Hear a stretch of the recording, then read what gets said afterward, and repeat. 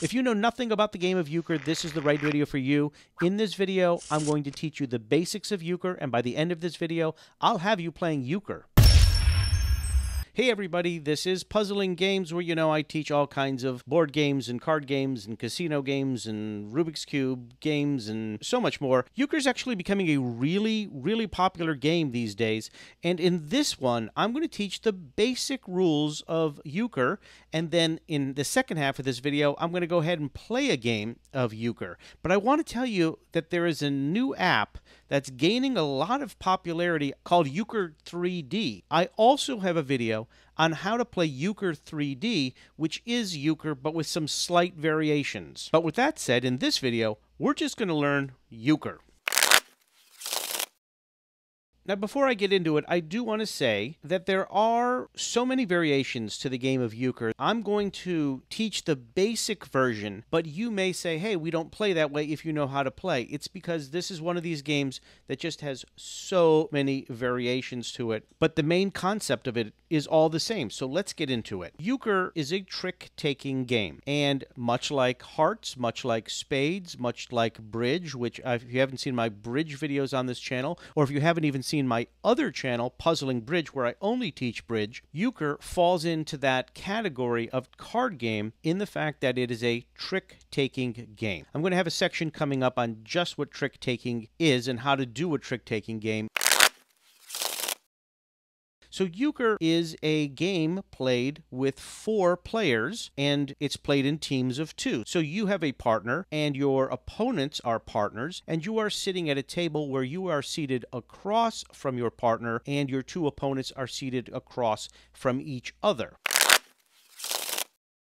Well, the first thing that makes euchre incredibly unique is that you don't play with the entire 52-card deck. In fact, you're only playing with 24 cards. You're playing with the 4 nines, the 4 tens, the 4 jacks, the 4 queens, the 4 kings, and the 4 aces of the 4 suits. You're only playing with 24 cards. So if you're playing with a deck of cards, you have to remove all of the 8s and lower from the deck, so you're only left with 24 cards. Now, some variations do use a joker, but I am not going to be talking about the joker, as I do not think a standard game of euchre should have a joker.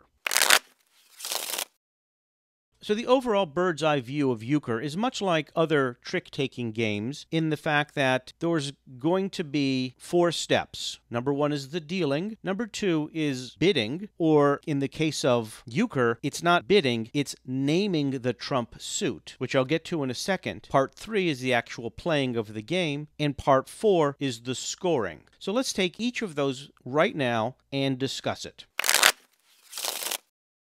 So let's start with the dealing. You play with your partner who sits across from you, and you are playing another team of 2 who sits to your left and right. And somebody is randomly declared the dealer, and then as the game goes on, that person who is the dealer moves around in a clockwise fashion around the table. So the dealer goes around and deals 5 cards to each player. And I want you to think about that for a second, because there's 24 cards that you're dealing with, and the dealer is dealing 4 players each 5 cards. That's 20 cards. Where are the remaining 4 cards? Well, rest of the deck, after it's been dealt, is then placed on the table, and the top card is turned up so that everybody is able to see that top card. Everybody at this point has 5 cards in their hand, either a 9, 10, jack, queen, king, or ace, and everybody is looking at a face-up card. And that's the dealing. The next step is naming the trump, or calling the round. Now that the dealing has been done, everybody has their 5 cards, and there is 1 face-up card on the table. The next round that happens is, I might call it a bidding round if by mistake, but it's not a bidding round. It's actually the calling round, or the naming the trump round. After all the cards have been dealt and the 1 card's turned up, this is the part where the players must pick a trump suit to play. So the way it works is this: that 1 face-up card on the table is the potential trump suit. And going clockwise around the table, starting with the player to the dealer's left, each person can either say pass, meaning they don't want that suit to become the trump suit, or they can say order, in which case that suit does become the trump suit, and the calling round or the naming the trump round ends immediately, and that is the trump suit for this hand. Stick with me. I get it's a little confusing. So to recap, everybody gets their 5 cards. One card is turned face up, and then there's a naming the trump round where everyone can either look at that face up card and pass, meaning they don't want that to be the trump suit that they're going to play with, or if one person says order, then that does become the trump suit, and there's no more going around calling. That's just that. And then this is important. Once it's been called, that face-up card goes to the dealer, and the dealer needs to use it to replace one of the cards already existing in that dealer's hand. So if somebody calls, you take that card, it goes into the dealer's hand, the dealer then must discard a card from his hand immediately. Now, if all the players pass on the trump card, it goes pass, pass, pass, pass, then there's another round of naming trumps where players can simply go around and name what suit they want to be trumps. Now, they can't name the suit that everyone just passed on, but they can name another suit. They can also continue to pass, meaning they don't want to name another suit. And one more thing, if the first 3 players do pass on this second round, then the dealer is forced to name the trump suit. And this is called the stick it to the dealer rule, which is a variation sometimes played and sometimes not. But the point of it is by the end of that second round, a trump suit will be named. If it didn't get picked up by somebody ordering it in the first round and nobody chose one for the second round and it got all the way around to the dealer, then the dealer must name the trump suit. Now you see this here, this going alone?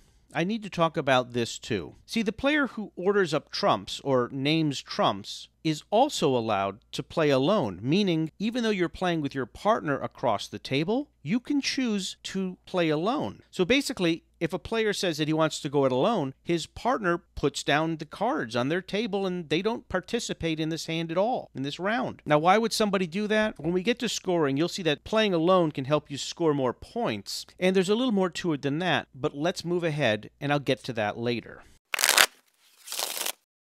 So this is the third part, which is going to be on the trick-taking, but I need to explain a very unique aspect about the trick-taking as it relates to trump when it comes to euchre. First of all, trick-taking is very simple. Somebody leads a card of a suit, the leader, and everybody must go around the table and follow by laying down the same suit. At the end, after all 4 people have laid down a card, the person who has the highest card of the lead suit wins that trick. So if you had laid down a jack of diamonds, and somebody laid down a queen of diamonds, and somebody laid down a king of diamonds, and somebody then laid down an ace of diamonds, well, the ace of diamonds would win because it is matching the lead suit, and it is the highest. The thing that makes this important is that the person who wins that trick then gets to lead the next trick. So they get to determine what suit they want to play and what card they want to play, and then that becomes the suit that everybody must follow. Now, what happens if you don't have that lead suit?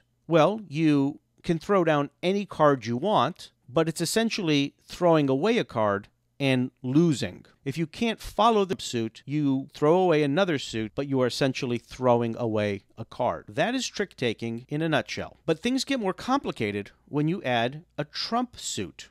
A trump suit is a suit that is more powerful than all the other 3 suits. In fact, any card of the trump suit is more powerful than any card of any other suit. So even the lowest trump card would beat the ace, or typically the highest card, in all the other suits. So a trump card is incredibly valuable. Now, you can't play a trump suit if you can follow the lead of the lead card. So a trump suit has to come because you don't have the lead suit. If more than one person can't follow the lead of the lead suit, they also can choose to lay down a trump suit card.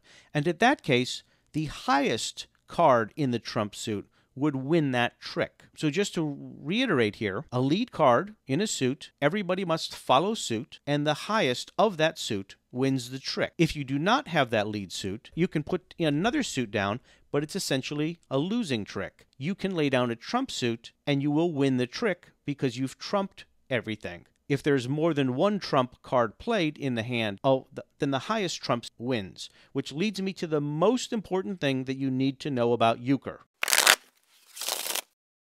If you walk away with nothing else in this video, know this. The trump rankings in euchre are different than trump rankings in most other games. In so many other games, obviously ace is high, and then king is second, and queen is third, and so forth. But in euchre, it's actually different. In the trump suit, in a euchre game, the jack is the highest card. Let me repeat that. Within the trump suit, the jack is the highest card. And then in a weird twist, the jack in the other suit of the same color as the trump is the next highest card. So for example, if spades are trump, then the jack of spades is the highest card, and the jack of clubs would be the next highest card. After that, the rest of the trump cards follow in order. The third highest card would be the ace in the trump suit, followed by the king in the trump suit, followed by the queen in the trump suit, followed by the 10, since the jack was higher, followed by the 9. If the trump suit winds up becoming a heart, then the jack of heart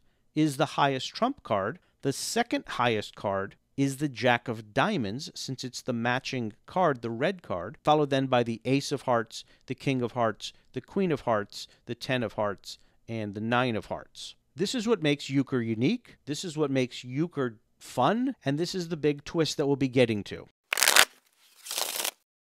Now remember, you're playing on teams. So the team that picked the trump and agreed to that trump, they're known as the makers, and the other team are known as the defenders. The reason that's important is for the scoring. A team that wins 3 or more tricks wins the hand and gets points, and the losing team gets no points. And teams can also get more points if the player who called the trump goes alone. But let's take a look at the scoring table. Makers, meaning the people who pick the trump, if they get 3 or 4 tricks, they get a point. If they get all 5 tricks, they get 2 points. If one of those goes alone and gets 3 or 4 tricks, he gets 1 point, but if he can get all 5 tricks, he gets 4 points. And if the defenders, who are the ones who didn't pick the trump suit, they can get 3 or more tricks, basically upset the makers, then they get 2 points. That's a lot. Now, how do you win? The team wins once it gets 10 points.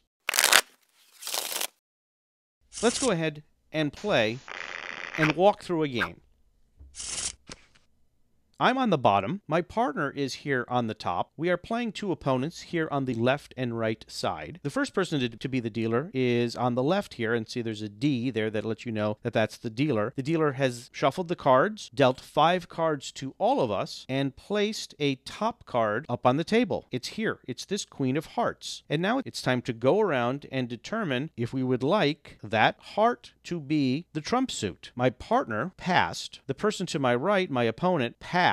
And now it's up to me. I can either choose to pass. I could also click OK, which is calling it, and therefore that would be it. We would go with the heart suit. I also have the option of going alone, which we're not going to deal with right now. I'm not going to talk about this from any point of strategy right now. I think what we need to do is just walk through the motion of it. And so what I'm going to do is I'm going to click OK, which would mean that hearts will be the trump suit. The first thing the dealer does is has to take that card and replace it with the card from his hand. And now moving to his left, my partner he led with the 10 of clubs. Now, just in case you can't remember what the trump suit is, they actually have it right here in the middle. It's a heart. So remember, the highest card in this deck is the jack of hearts. The second highest card in this deck is the jack of diamonds. Then it's going to go to the hearts, ace of hearts, king of hearts, queen of hearts. Now, if you have the lead suit, as I said, you must follow suit. And so my partner laid out a 10. To my right, my opponent was able to lay down a club as well, following the club suit, but he has a higher club.